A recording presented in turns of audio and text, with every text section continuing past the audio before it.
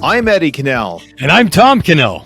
Welcome, everyone. This is the Mortgage Brothers podcast show, and today we are answering a question that people have a lot, again, and that is about, working remotely. And they'll call us and say, "Hey, can we move to Arizona? Can we get a mortgage while working remotely out of state?" Yeah. Hey, you know what? I've been working for this company in Virginia for years, and I actually don't like it out here. I've been remote. I got family out in Arizona. Can I actually move to Arizona and work? Because my company's already letting me work remotely. Like, what do they care where I work? That's right. That's what this podcast is about. Working remotely, and can I get a mortgage? Right. We're in Arizona. I mean, boy, do we get a lot of the calls from people from California, Washington, Oregon, New York, a lot of the big urban areas, high tax structure areas. And anyway, we get these calls, and we want to basically address that today, and we want to make it be very simple. And the answer is yes, right? If you were, a lot of people are working remotely. A lot of people are. And of course, COVID, people were working remotely before COVID. Now it's like, at least 20% more to maybe 50% more are working from home at this time. They might be going back to offices, but a lot of people will be making a decision to stay home or work remotely. Right. Yeah. And if we had to guess, I'd probably say maybe like 5% of our borrowers, work remotely, whether they were, a truck driving dispatcher, or they were Before COVID? Yeah, before COVID, online quilter and would send her stuff throughout the world. There was, there were a lot of, not a lot, but there were borrowers like that. Now we have them, plus we have everyone as a result of COVID. And they're actually, being productive. They've been working in their homes for almost a year now? And it's working. Companies are letting it happen, and it's a big deal. So this is actually... It's kind of I don't know if it's a fun podcast, but it's very relevant today, extremely relevant. So it doesn't matter if you're watching this video, during COVID, no matter, it could be in many years from that time. The point is, I think that, working from home is definitely something that is viable. You can get a mortgage, but there's just certain requirements that need to be met from an underwriting standpoint, and that's what we're going to go over. And I guess the most important piece of this puzzle is your employer in the know? I mean, does your employer know about it? And can we get the documentation from your documentation from your employer that states certain things? And I can just start or just continue there. I think you hit it on the head. As long as we don't get cute with how we go about verifying this.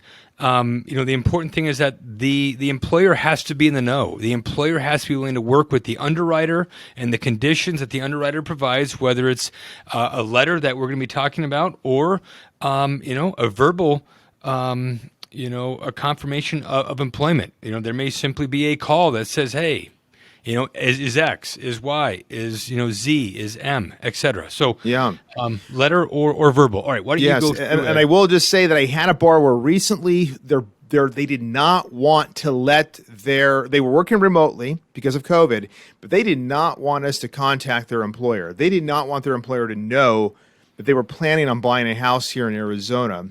Mm-hmm. And that's a problem, right? If your employer does not know, because, really what happened was the borrower was afraid that the employer might not keep them on. Yeah. And that is exactly what we're trying to get to is your employer cool with it?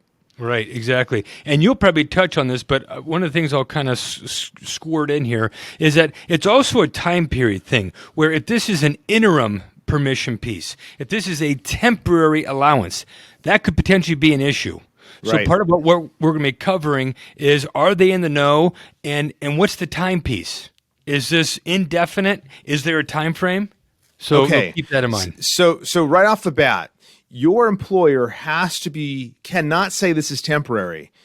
And the way that they're going to do this is you're going to need to ask your employer for a letter. It cannot be an email. It has to be a letter on letterhead. It has to be address certain things here, and this is what we're going to get at. It's going to have to include the terms and the terms of your employment. They have to state that it is okay for you to move to the location, at least, Arizona in our case. They have to state that what your salary will be or your pay rate. They have to tell us when the start date will be. They have to tell us what your job position is. And again, it cannot say this is a temporary or by this certain date they have to come back to the office. There cannot be any strings attached. It can't be conditioned upon certain things being met. Like if you make certain bonuses or you can work remotely if you do certain things like meet certain bonus or sales achievements. Okay, so you also mentioned the out-of-state component there, and again, every underwriter is going to view this a little bit different. So this is not a black and white. 100% of the time, they will ask for these 18 things. Okay, this is a general list that most underwriters will and likely ask. It's very helpful if you Yep, more the better. So one of the big things is this letter has to acknowledge again that you are allowed to work remotely, and that doesn't mean remotely down the street. That means remotely out of state or out of the area. And it could be specific to say, a so-and-so employee is able to work in the state of Arizona or is able to relocate to Phoenix. So it'll either be super broad, hey, you're able to work out of the area, out of state, out of the country, I guess, or it could say you've been approved to work in X location. Since we do loans in Arizona, we would say, as long as it's in one of our major cities, that would be acceptable. They have to be, dated, have to be signed by the employer. And again, this is not rocket science. This is, something that you could probably come up with if you thought long and hard enough about it. There's, big money being lent to the borrowers. And so we just want to make sure that your employer is at the end of the day okay with your work arrangement. That's right. And again, I would say this might be self-evident, but this is not for self-employed borrowers. It's not for independent contractors. This is for W-2 employees. If you were self-employed, that's a different thing. Let's not even talk about it right now. If you're self-employed, call us. Right. Because that's usually not a problem if you meet certain requirements. But again, we won't talk about that. Also, today. I'm going to note that the occupancy type that we're likely talking about in 98% of the scenarios will be primary home. Right. There could be situations where you are buying a second home, but the whole remote working piece doesn't really affect investment properties and second homes. It's really the primary home. So you could theoretically work for a company in Virginia, work remotely from Arizona, but be buying a second home up in the northern Arizona territory. Hopefully that didn't just totally confuse you. Well, no, I think you're absolutely right, though. I mean, as far as this is about primary residences. This is not about second homes, investment properties. This is going to come up when you're trying to convince an underwriter that you are moving to this location, right? Perhaps, and that you want to move from one state to another to Phoenix, but it can be even if you are in the same state. But again, this is about primary residences.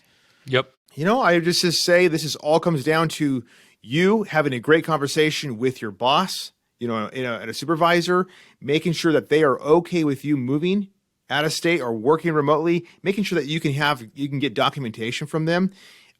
Just have them be prepared. Have someone's email. Just you want to check weeks ahead of time before you start even thinking about making a move. Right. And if you're working for a company big enough and you just can't walk into the boss's office, there's something likely on the Human Resources Department site where they have a form or boilerplate letter that addresses this. Good. So we've had multiple borrowers send us letters saying, hey, this is what my employer is sending out, or what other people have sent me that they send out. Is this acceptable? And it's like, well, we're almost there. Add this or add that. And sometimes they can get it added. Sometimes they can't. Okay, I like it. And of course, everyone has a unique situation at times. If you have questions, be sure to contact the Mortgage Brothers team. And Again, if you like this video, if you like the content, be sure to subscribe to our channel, click on the notification button, and that'll really help us out. And if there's anything you need, let us know. Yeah, give us a call. Hey, thanks a lot, folks. Take care. Hey guys, thanks for listening to the Mortgage Brothers podcast. Please let us know if you have any questions you'd like us to answer. You can email your questions to team@azmortgagebrothers.com, and be sure to ask us for a free quote on your next mortgage. We'll be sure to give you personalized service and help you through the whole process. Signature Home Loans, LLC does not provide tax, legal, or accounting advice. This material has been prepared for informational purposes only.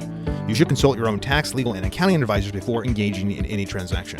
Signature Home Loans, NMLS 1007154, NMLS number 210917, and 1618695, Equal Housing Lender.